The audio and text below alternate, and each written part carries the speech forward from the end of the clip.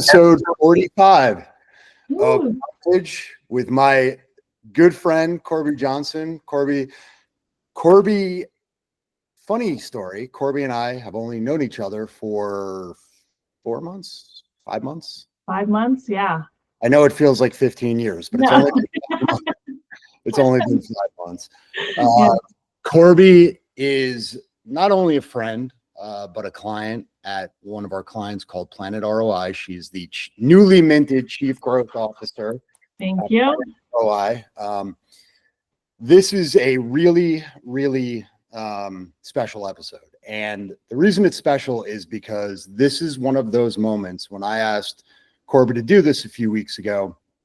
You realize that you've only known somebody for a short time, but in that short time, you feel like you've been through the wars with them. And Korbi's story, which we'll get into, is epic. Like, I don't even know how to say it. When I first met Korbi, it was by chance, actually, through a gentleman that we mutually know. This was 4 or 5 months ago. And when we started working with Planet ROI, it was, I mean, Korbi will tell the story. Like, Korbi didn't know about DSM. We didn't know about Korbi. And very quickly, there was a mutual respect. There was a mutual sort of understanding of the way the other worked and how they did things. And that's why I have such tremendous respect for you. Like I said, this homage, I'm going to give you the floor to kind of introduce yourself. Thank you for taking the time today. Episode 45 is starting now. So Korbi Johnston, welcome to Homage. Why don't you tell our audience a little bit about yourself, what you do, and where you're at with your life right now? Yeah. Thanks, Darren. It's an honor to be here. I can't believe it's been 5 months, but I think when you meet people, you immediately know that they're similar. They're your people. And I felt that way, not only with you, but many members of your team. So, and I appreciate, and I'm honored to be here. So I just recently was promoted to Chief Growth Officer, which is huge for me, especially when we'll get into it. But when you know where I came from, and I have I think I started in the tech industry in about 2010, and I started at a company that was an outsourced sales and marketing organization for a lot of the biggest tech companies out there. So we had, business development reps setting appointments. We did marketing automation, data. There's a number of services that this company provides. And so that's kind of how I got introduced to technology. I'm from Arizona. I'm a native, which is hard to find these days. A lot of people have moved here. Today, I split my time between Arizona and California. My better half is from California, so we go back and forth. But I grew up in a great family. Nobody in my family has gone to college or graduated, so I'm actually the first. But I didn't do it until later on in life.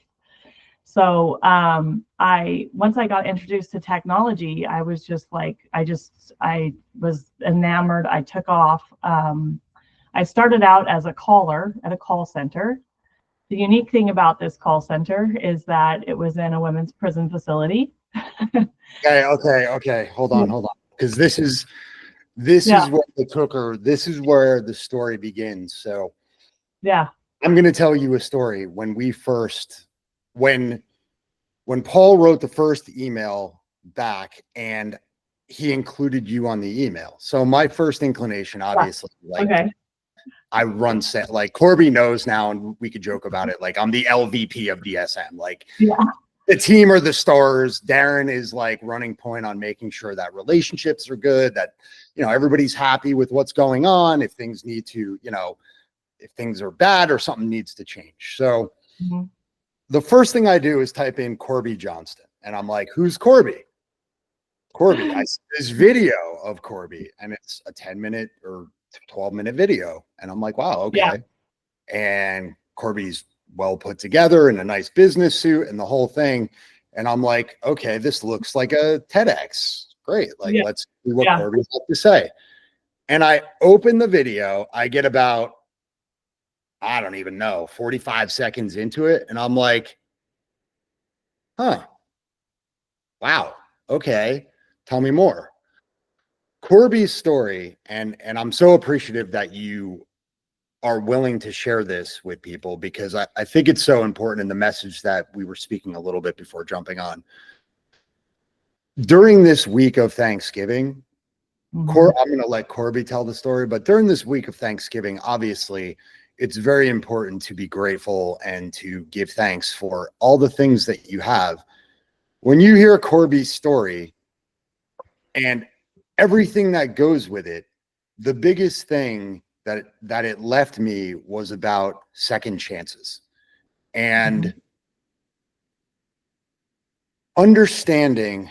I think in this day and age, with everything that goes on and all the noise that's on social media, people forget, and it's one of the things that I have to continually ground myself in.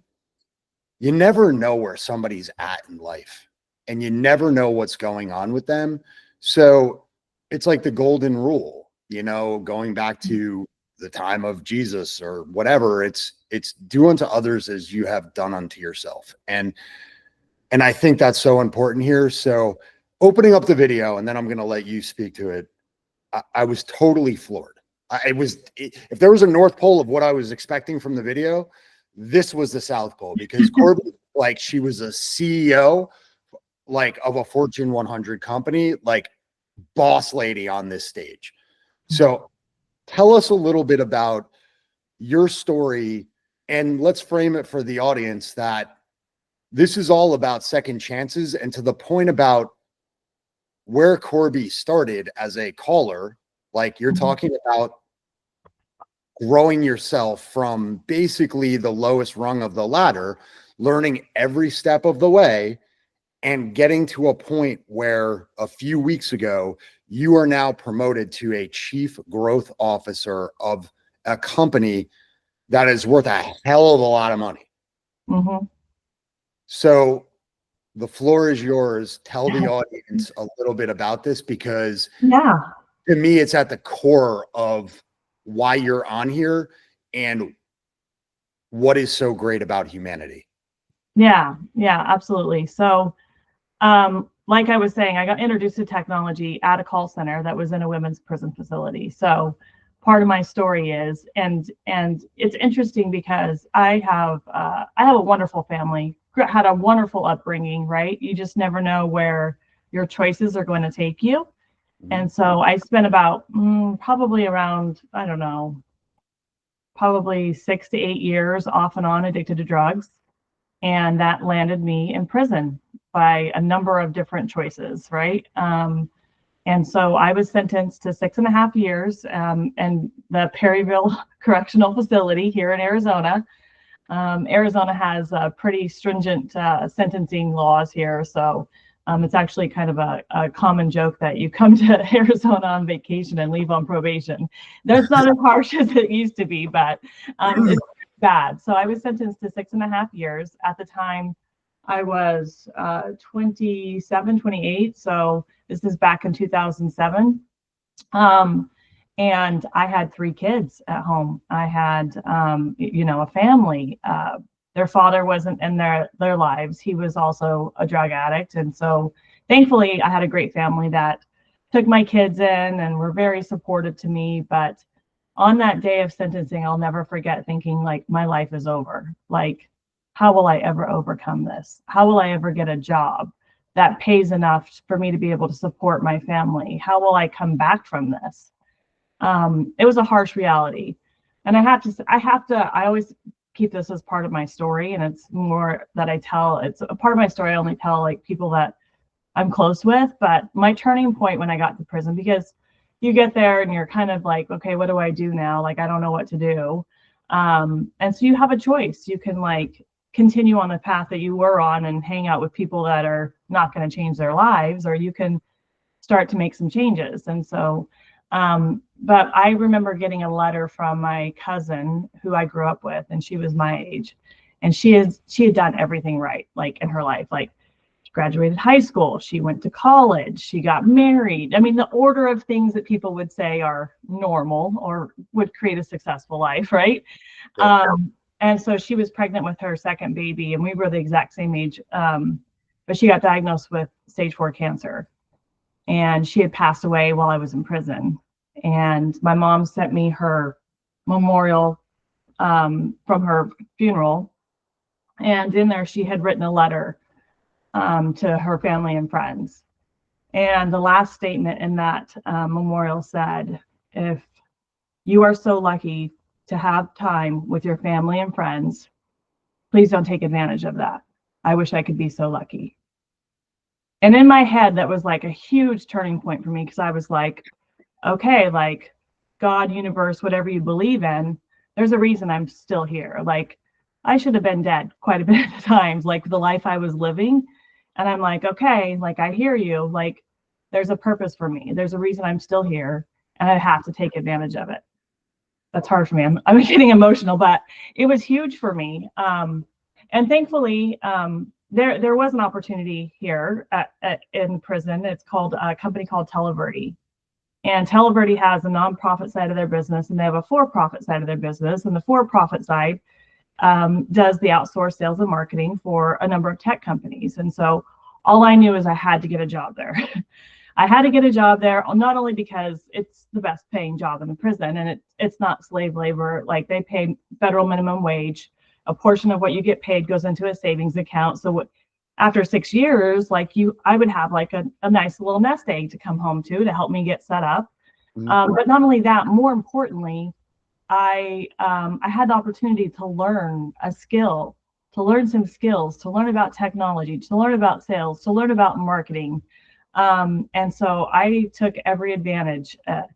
And you have to go through a rigorous kind of application process. It's not like you just get that job. Like there was a typing test, there was a skills test, there's a communication, there's all of these tests. And so you just kind of make friends with women that already work there, and you kind of find your way and say, okay, help me prepare for this interview. And so I just knew I had to, that was my only chance. That was the chance that I needed to be able to change the life the life for me, my future, for my children, for my family. And so that's just what I did. And to be fair, a lot of people like to ask a lot of questions about prison, like, what was it like? Like, and you know what, it's interesting. Us as human beings, you go through even other people, they go through trials, and you think, oh, I could never go through that. But your survival instincts, and you learn how resilient you are, and you learn how to navigate situations, and you just make the best of it. Like that's all you do. Like that's what you do. We're humans. And I was lucky enough to have make some great friends in there. I still have friends that are out now like I am, and they have great lives. And we kind of created this sisterhood and this bond.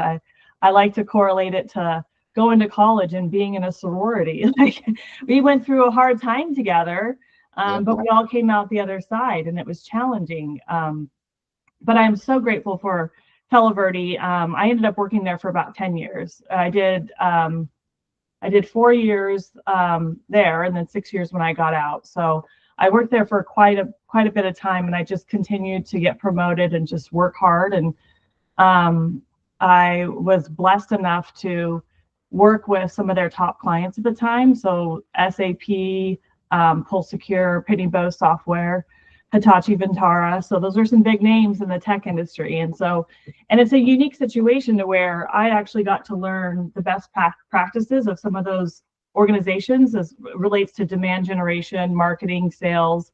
And so I feel like I got 30 years of experience all wrapped up in 10 years because of the unique structure of the services we provided to them. So, and then I ended up getting recruited by one of my clients, and I went to go work for them in a marketing and sales operations role.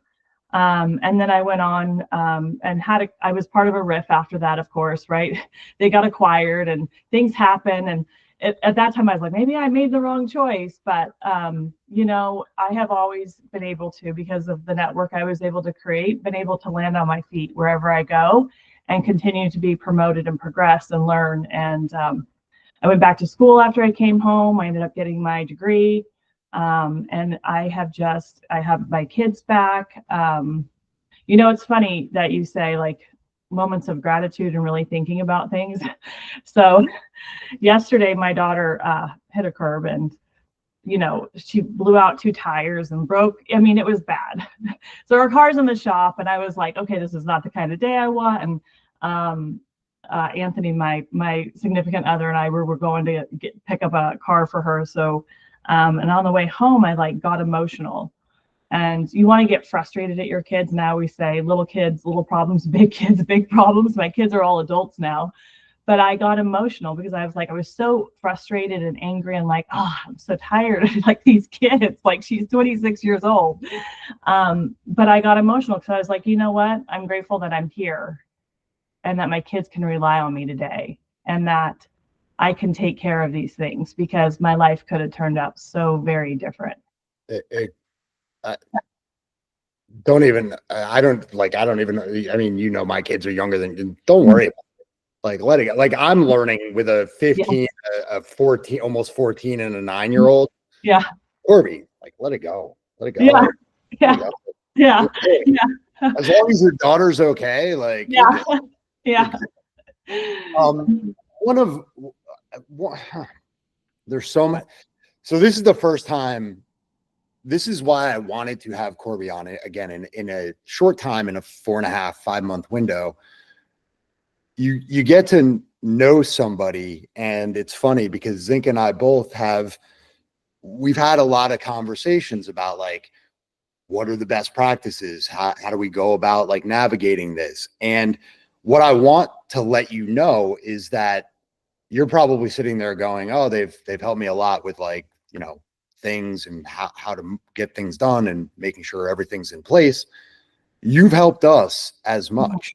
Like, the thing about Korbi Johnston that since day one has been a calming influence, because in the marketing world, in our world as an agency, it's always DEFCON 1. There's always DEFCON 1, and so apply those principles to your yesterday that you do in your everyday life, because there are very few people that we work with, and we've had relationships I can count on one hand for the full 18. I'm coming up on 18 years of running DSM in February. There are very few people that have the calmness, and maybe it's because of that instinct that you had to apply in the past of like survival and just making sure that, like applying. I was just saying this on Saturday, and it's so like novel at this point, but my son's team, they had during their Super Bowl, they had a little adversity. They had 2 fumbles in the first quarter, and they came off, and they're all like slumping, like they're not used to adversity. They're 13 and 14-year-old boys. Right. Yeah. Yeah. Like, guys, you're going for 5 straight Super Bowls and 55 straight wins. Like, dig deep. You guys have gotten to a point where you're so used to just steamrolling people. Like, there's adversity. This is life, dudes. Like, welcome to life. Right. It's all it is. Football game. Like, dig deep. Within the second quarter, it went from losing 2 fumbles and 0-0. By halftime, it was 20-0. And I was like, they came off the field. I'm like, guys, that's what it's all about. That's life. Mm-hmm. You're not going to get all the breaks. You're going to face adversity. The decisions you make, sometimes good, sometimes bad, but own it. Yeah. And stop giving me the bullshit, like bad body language. And sorry to the parents of the kids that I'm coaching that are watching this now, but I all love your sons. But like that, they're at an age now where it's like, guys, this is what life is about. I'm sure now you can sit and reflect on the years being in Perryville and being like, I would have made 50 decisions differently if I could have and not had to do that. But within the context of that, there's all these lessons, and you can take those lessons and apply them to where you are today, which is the Right. chief growth officer of a really successful company. Yeah. And I'm sure to your kids, like we're all proud of you. Like everybody, you know, the way everybody at DSM feels, but like to the people in your life, I'm not sure if you felt that you owed them something because of what happened, but the fact that you are where you are and you're paying it back over and over and over again now is a reflection not only to your family, to your kids, to your significant other, but like to all the women that you're giving back to. Like we're going to include the link when we post the Yeah. sure that we post the link to the video so people get a chance to see it. It's just so powerful. It's Yeah. so powerful in the transparency that you tell it. Like, Yeah. It's part of my story, right? So it is why I am who I am today. And I owe a lot of that to Televerdi, right? But I also, I mean, it saved my life. The prison experience saved my life. I became somebody that had structure, self-discipline. And then, you know, for a while after you come home, you do feel like you have to prove yourself to a lot of people. But the most important person I had to prove something to was myself. I had to prove that I wasn't the person that I was before and that I could be something different. And it's funny because Paul always says that I have extreme accountability. He always taught you, he goes, you have extreme accountability. And he's like, you just like own it. And I was like, I had to. I said, I wasn't dependable before. I wasn't a person of integrity. And I just made a promise to myself that like, it's okay to make mistakes, but as long as you own it and you learn the lesson and you move on from it and you grow from it, like that's all that matters. Like I'm not going to be perfect. You're just going to learn and grow and evolve. Like that's what mistakes are. That's what bad choices are. I mean, yeah, my choices were really freaking bad, but you know, I mean, as long as you learn and grow from them, that's what it's all about. how do you take the lessons that the lessons that you learned? How do you take those and apply them to where you are today with regards to Planet ROI and teaching your team? You know, one of the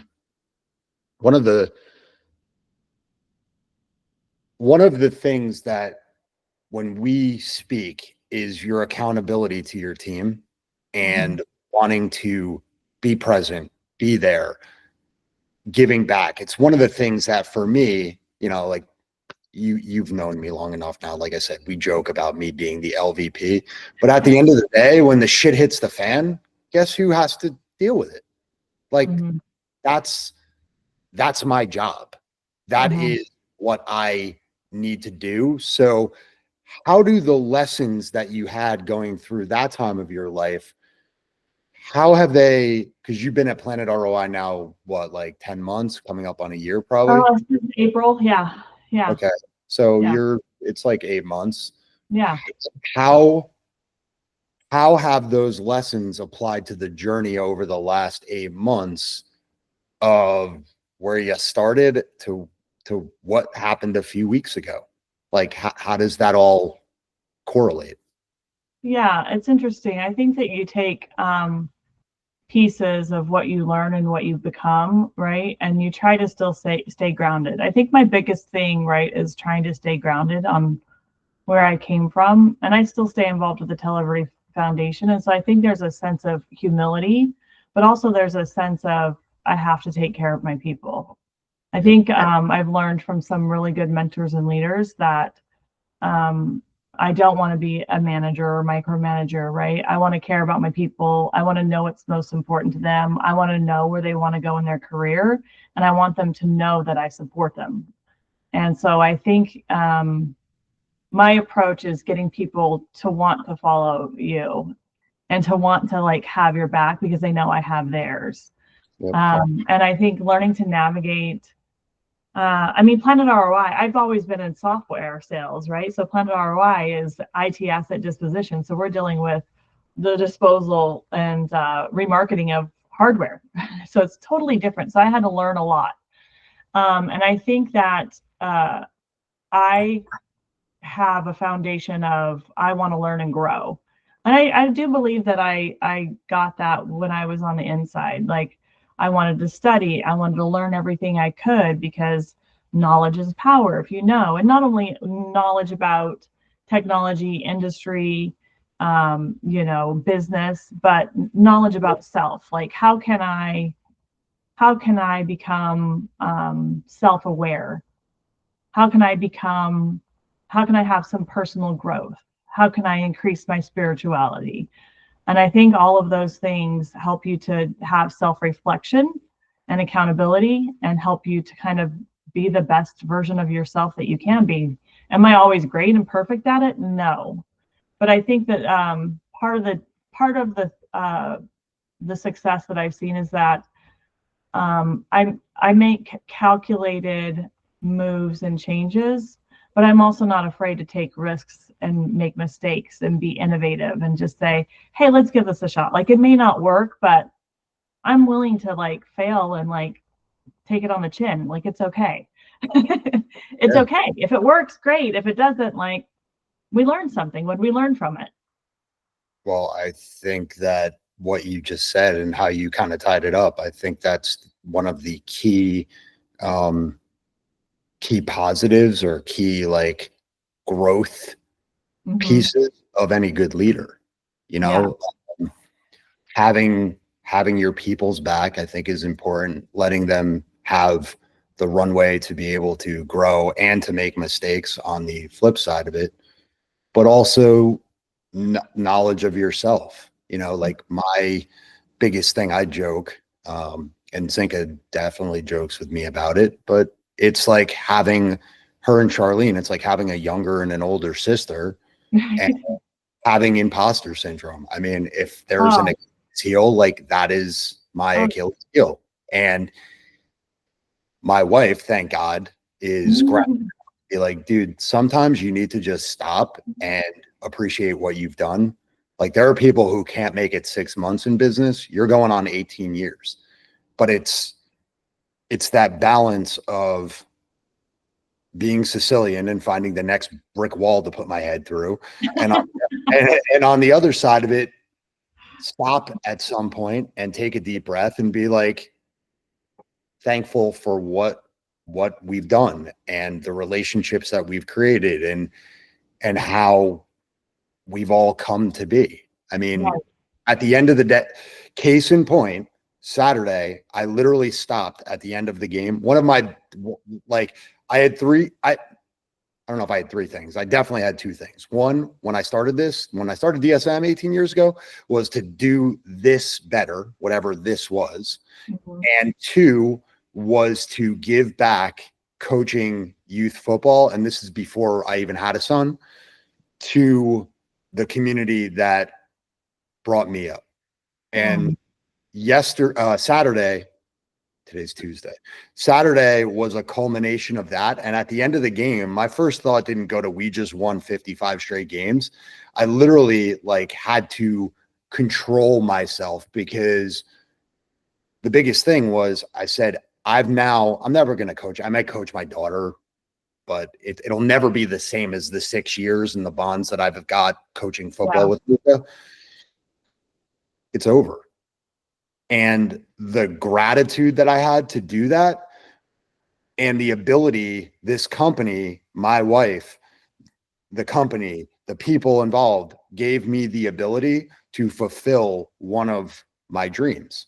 Right. And I posted on LinkedIn yesterday, the fact that you're able to, with gratitude, accept that you've done something, but now it's like, what's next? And that's the push and pull between the drive of what we're doing and the gratitude of what we have. And I think you do an impeccable job of that. And I know we're coming up on time here, and I know you're super busy, but to wrap this up, I want to say thank you. This is a special one. I appreciate your transparency and sharing your story with our audience. I also am grateful that we had the opportunity to meet, the fact that we get to continue working together. The fact that like you're now a part of my story, and the fact that, you know, the text sometimes at like 5, 6, 7 o'clock, it's crazy, but it's important for me for me that, you know, that I'm available, and I hope the feelings are mutual. And it's just, I'm so grateful in this week of Thanksgiving. This is a really special homage to be able to put together. So with that, episode 45 is done. I hope that wasn't too painless. I also realized that this was the first episode with me with my mustache. So congratulations on me coming off soon. The playoffs are over and my wife's in the shed. But thank you for being you. Thank you for the way you handle your business. I'm turning it over to you, and you have the last word. And thank you for being Korbi Johnston. Yeah, Darren, thanks for inviting me to do this. I am very honored, and I was excited about it. It is part of my story, and I believe people come into your path in your life for a reason. And you and your team and Zinka, and I mean, we have formed a bond and a relationship that I believe is going to be around for a very, very long time. So, and I appreciate your support, right? We've had some great conversations, and you guys have always made yourself available to me. And so I 100% am so grateful for that, and for you and for your team. They are outstanding people, outstanding. You should be grateful. You have built an amazing company and an amazing team, and you are surrounded by some great people. So, and I appreciate it, and I'm grateful that I get to be part of it now. Thank you. Episode 45 is in the books of Homage. Korbi, want to wish you and your family a happy Thanksgiving. Same to you. Just appreciate you. Just appreciate you very, very much. Thankful to know you. Thankful to call you a friend. So happy Thanksgiving, and thank you again. Yeah, we'll see you later. Bye. All right. Bye, Korbi.